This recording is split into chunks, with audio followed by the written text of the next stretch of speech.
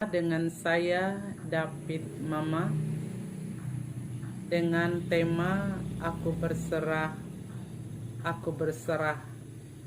kepada Tuhan. Bapak Ibu dan saudara-saudara, ketika kita berserah kepada Tuhan, terkadang kita serahkan tetapi kita pegang. Itu namanya tidak tulus dan kita mau berserah, tetapi harus keinginan kita yang terjadi. Sebenarnya berserah kepada Tuhan itu adalah menyerahkan seutuhnya kepada Tuhan.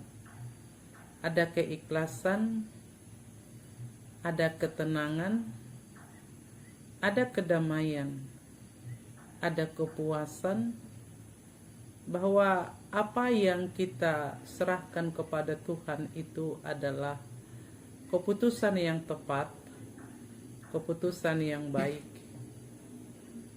Dan ada keyakinan ketika kita berserah kepada Tuhan, Tuhan pasti memberikan yang terbaik, yang bagus, lebih dari yang kita pikirkan, lebih dari yang kita doakan.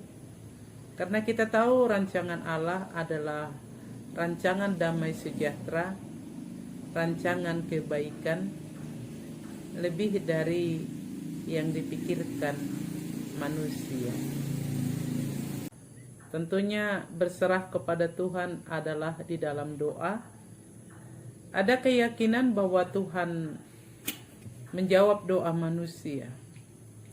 Kita tahu bahwa jawaban doa itu ada 3 hal.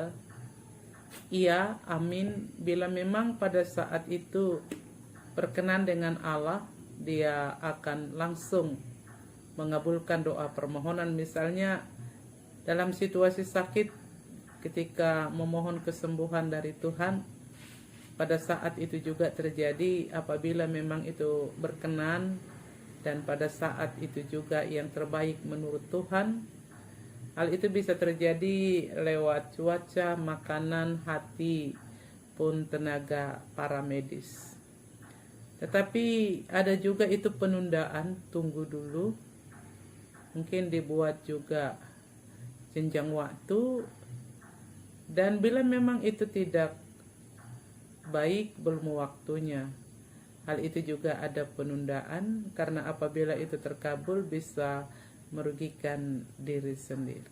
Ada pemahaman bahwa rezeki manusia itu tidak dapat diambil oleh siapapun. Dan biasanya kerja keras tidak mendustai hasil. Itu juga pengalaman dari Daud.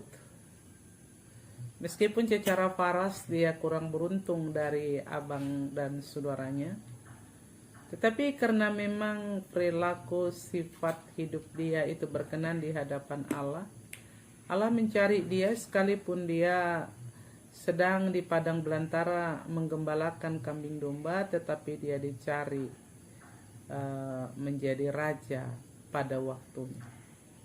Hal itu dapat diketahui bahwa rezeki manusia ada di tangan Tuhan, dan Tuhan yang memberikan. Ketika Tuhan yang memberi, tidak dapat dihalangi oleh siapapun, tidak dapat dihalangi oleh manusia, dan tidak dapat diambil oleh siapapun. Baca dari Mazmur 130 ayat 1 sampai ayat 8. Seruan dari dalam kesusahan, nyanyian ziarah. Dari jurang yang dalam aku berseru kepadamu, ya Tuhan. Tuhan, dengarlah suaraku. Biarlah telingamu menaruh perhatian kepada suara permohonanku. Jika Engkau, ya Tuhan, mengingat-ingat kesalahan-kesalahan, Tuhan, siapakah yang dapat tahan? Tetapi padamu ada pengampunan, supaya Engkau ditakuti orang. Aku menanti-nantikan Tuhan, jiwaku menanti-nanti, dan aku mengharapkan firman-Nya. Jiwaku mengharapkan Tuhan, lebih daripada pengawal mengharapkan pagi. Lebih daripada pengawal mengharapkan pagi. Berharaplah kepada Tuhan, hai Israel, sebab pada Tuhan ada kasih setia, dan Ia banyak kali mengadakan pembebasan.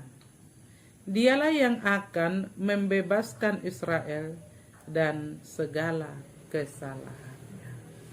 Bapak, Ibu, dan saudara-saudara, firman Tuhan itu mengingatkan kita bahwa dari jurang yang dalam pun Tuhan mendengarkan jeritan doa manusia. Dari lembah yang paling dalam, Tuhan mendengarkan jeritan manusia. Dari berbagai himpitan penderitaan, sakit, penyakit, fitnahan, ketika datang berseru kepada Tuhan, Tuhan mendengarkan. Tuhan Allah yang kita sembah adalah Allah yang luar biasa. Allah yang maha pengampun, yang tidak mengingat-ingat kesalahan manusia, yang tidak mengingat-ingat dosa manusia. Dulu ada orang berkata, oleh karena banyaknya kesalahan-kesalahan itu, maka dia merasa tidak pantas datang kepada Tuhan. Dia tidak mau datang ke gereja karena dia merasa tidak layak untuk datang. Tetapi dari firman Tuhan yang sudah kita dengarkan tadi, Tuhan kita maha pengampun dan tidak mengingat kesalahan manusia. Hendaknya setiap orang datang kepada Tuhan di dalam doa dan permohonan dengan penyesalan akan segala kesalahan-kesalahan. Tuhan tidak mengingat-ingat dosa bangsa Israel, dan Tuhan tidak mengingat juga dosa-dosa kita. Ketika kita memang sungguh-sungguh menyerahkan seantero kehidupan kita kepada Allah. Allah Maha Pengasih, sumber segala berkat, memberkati kami. Bapak, Ibu, dan saudara-saudara, dalam menghadapi kemajuan ini ada 5 sikap manusia diibaratkan dengan aqua ini. Saya belajar dengan sikap pertama adalah aqua yang tertutup. Ketika kita mau mengisi air ke dalam aqua ini, aqua itu tumpah, tidak masuk ke dalam aqua. Oleh karena aqua ini tertutup, apapun yang dimasukkan ke dalamnya, seberapa banyak pun, air itu akan selalu tertumpah dan tidak masuk ke dalam aqua ini. Ini ibaratkan dengan sikap manusia yang tertutup. Apapun yang dimasukkan, pelajaran apapun, berkat apapun, firman seenak apapun, selalu tertutup, tidak masuk ke dalam hatinya, sehingga tidak ada pertumbuhan kemajuan, karena dia sudah punya prinsip sebelum. Hal yang kedua adalah aqua ini sudah penuh. Jadi kalau diisi dengan air pun, dia sudah tumpah karena dia sudah penuh dulu. Hal itu mengibaratkan dengan sikap jiwa manusia yang sudah penuh dengan ajaran yang lain, prinsip-prinsip lain, yang tidak mau menerima perubahan itu. Apapun yang dikatakan, apapun diajarkan, dia tetap punya prinsip. Kebenaran-kebenaran, ajaran-ajaran, didikan-didikan yang pertama sekali, itulah yang diingat. Dulu kan bukan begitu. Ibadahnya dulu tidak demikian, berdoanya tidak demikian, cara berbicara demikian. Jadi udah ada prinsip-prinsip etika sebelumnya. Jadi sebaik apapun dibuat, ajaran itu tidak masuk lagi di dalam hati. Seharusnya dia menerima ajaran itu dan mempertimbangkannya dan membuat solusi apa yang terbaik. Itu yang dia lakukan. Ketiga adalah ketika aqua ini pecah, koyak, maka air ini akan bocor, tumpah, dan tertuang. Begitu juga sikap manusia. Apapun yang diajarkan, dimemehkan, disampaikan, ajaran itu selalu saja terbuang. Masuk telinga kanan, keluar telinga kiri. Jadi nggak ada yang tinggal. Namanya bocor gitu ya kan. Jadi ya perlulah dipahami untuk ketiga ini, supaya ajaran itu boleh melekat dalam hati manusia. 4. Aqua ini kotor. Tempatnya pun kotor, isinya kotor.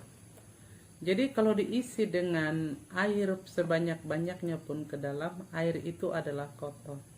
Tidak layak dan tidak baik dikonsumsi. Ini sifat manusia yang kotor. Apapun didikan yang diberikan kepadanya, selalu saja tidak baik. Dan pikirannya itu pun ada S4. Susah melihat orang senang, senang melihat orang susah. Biasanya pikirannya picik gitu. Lihat orang kaya selalu dikata-katai. Lihat orang susah selalu dihina. Lihat orang jahat juga selalu dikata-katai. Lihat hasil panen orang juga selalu dicemburui. Ya namanya sih orang jahat gitu ya kan. Lihat orang kuat yang benar juga diceritai. Karena menurut dia tidak ada yang terhebat. Tidak ada yang lebih sukses, tidak ada yang lebih kaya, tidak ada yang lebih sukses dari dia. Jadi hatinya selalu jahat. Untuk demikian, orang selalu hati-hati menjaga jarak pertemanan dari dia. Karena memang hatinya jahat, kotor. Pelajaran yang kelima adalah aqua ini kosong. Kalau aqua ini kosong, dia dibuka, diisi air, dia bisa dan bisa dikonsumsi. Ini ibarat dengan hati manusia yang kosong. Apapun bisa diisi.